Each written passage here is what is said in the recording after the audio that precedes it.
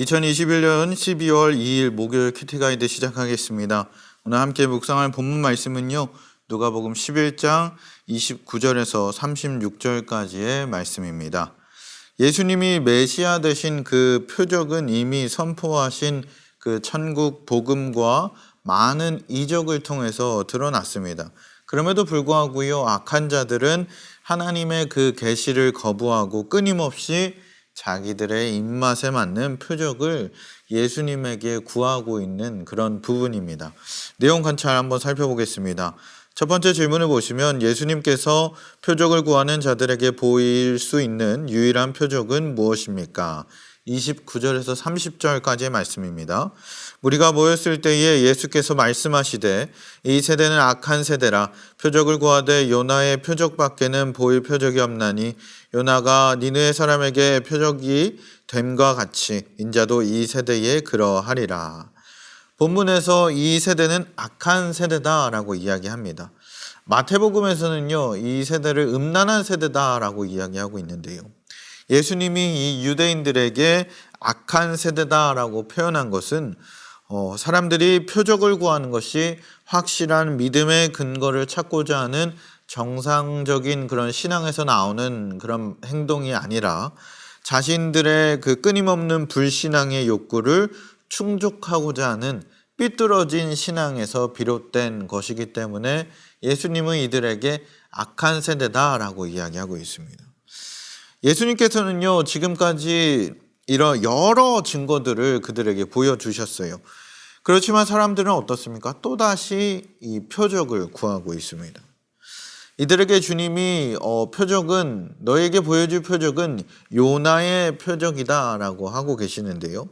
요나의 표적이라는 것은 요나가 물고기 뱃속에서 밤낮 사흘 동안 있다가 살아난 것처럼 예수님께서도 십자가에서 죽으시고 사흘 만에 부활하신 것을 의미하기도 합니다. 그러므로 이들에게 보일 수 있는 표적은요, 유일한 표적은 바로 예수 그리스도인 줄 믿습니다. 두 번째 질문 보겠습니다. 예수께서 자신을 누구보다 더 큰 자라고 말씀하십니까? 31절에서 32절에 기록하고 있습니다. 심판때에 남방 여왕이 일어나 이 세대 사람을 정죄하리니 이는 그가 솔로몬의 지혜로운 말을 들으려고 땅끝까지 왔음이거니와 솔로몬보다 더 큰 이가 여기 있으며 심판때에 니느웨 사람들이 일어나 이 세대 사람을 정죄하리니 이는 그들이 요나의 전도를 듣고 회개하였음이거니와 요나보다 더 큰 이가 여기 있으니라. 아멘.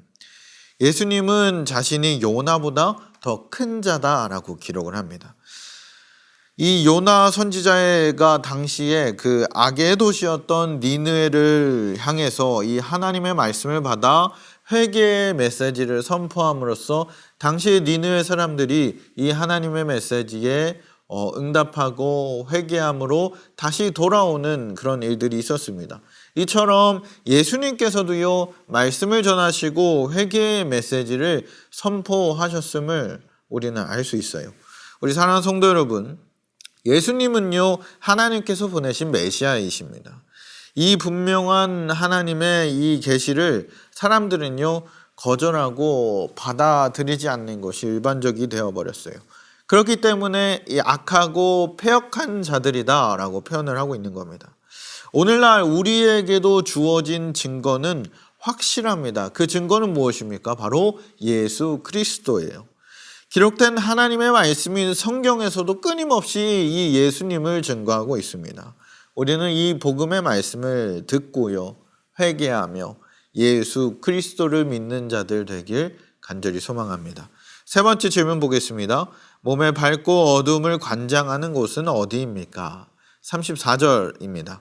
내 몸의 등불은 눈이라. 내 눈이 성하면 온 몸이 밝을 것이요 만일 나쁘면 내 몸도 어두우리라. 몸이 밝고 또 어둠을 관장하는 곳이 어디라고 이야기합니까? 바로 눈이다 라고 이야기해요. 본문에서 내 몸의 등불은 눈이다 라고 이야기하고 있습니다. 눈은 빛과 어둠을 감지하는 기관이기도 해요. 여기서는요, 진리를 분별하고 받아들이는 그 마음을 상징적으로 표현하고 있는 것입니다. 연구와 묵상 보겠습니다. 네 번째 질문, 눈이 등불의 역할을 감당하지 못하면 어떤 악영향을 끼치는지 묵상해 봅시다. 33절에서 34절입니다. 누구든지 등불을 켜서 움속에서나 말 아래 두지 아니하고 등경 위에 두나니 이는 들어가는 자로 그 빛을 보게 하려 함이라. 내 몸의 등불은 눈이라. 내 눈이 성하면 온 몸이 밝을 것이요 만일 나쁘면 내 몸도 어두우리라. 아멘. 등불은 집안을 밝히고요, 집안에 그 들어오는 사람들을 잘 들어올 수 있도록 비춰주는 역할을 한다 이야기하고 있어요. 우리는 이 눈이 건강할 때야말로 진리를 온전하게 옳게 분별할 수가 있습니다.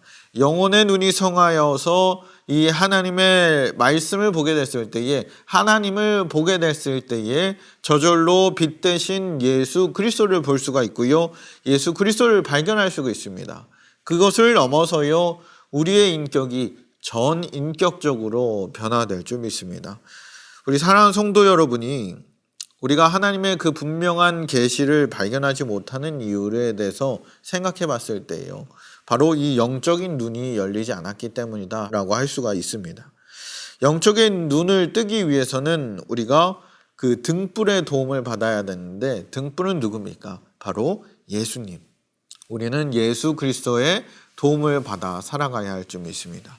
삶의 적용입니다. 나는 하나님께서 비춰주신 빛을 삶을 조명하는 큰 소망으로 밝히고 있습니까? 모든 것이 명확하면 믿겠다는 생각으로 주님께서 주신 기회를 놓치고 있는 것은 없는지 생각해 봅시다. 오늘날에는요, 많은 사람들이 영적인 소경으로 살아가고 있습니다. 명백한 그 하나님의 말씀, 실수가 없으신 그 하나님의 말씀에 정확하게 기록하고 말씀하고 있음에도 불구하고요, 이 성경의 진리를 거부하고 이 진리에 대해서 눈을 감고 있는 모습들을 보게 됩니다. 우리 성도 여러분들은 어떤지 점검해 보시기 바랍니다. 우리의 눈은 띄어져 있는지, 우리가 온전히 이 하나님의 말씀을 잘 분별하고 있는지, 우리의 삶 가운데 비춰주신 이 복음의 빛, 이 복음의 빛을 믿고요, 삶을 조명하는 큰 소망으로 살아내길 소망합니다. 우리의 삶을 비추시고 우리의 삶 가운데 인도하고 계시는 그 빛 대신 하나님을 우리가 믿고 의지하는 것이 우리에게 필요할 줄 믿습니다. 그분이야말로 우리가 그렇게 믿고 나아갈 때에 그분이 우리의 소망 되어주시고 우리의 빛이 되어주신다 이야기하고 있어요. 오늘 하루 살아가실 때에 말씀이 증거하시는 그 하나님을 따라, 말씀이 증거하고 있는 이 예수 그리스도를 따라 살아내는 우리의 맑은생 강천교회 모든 성도분들 되시길 주님의 이름으로 축복합니다.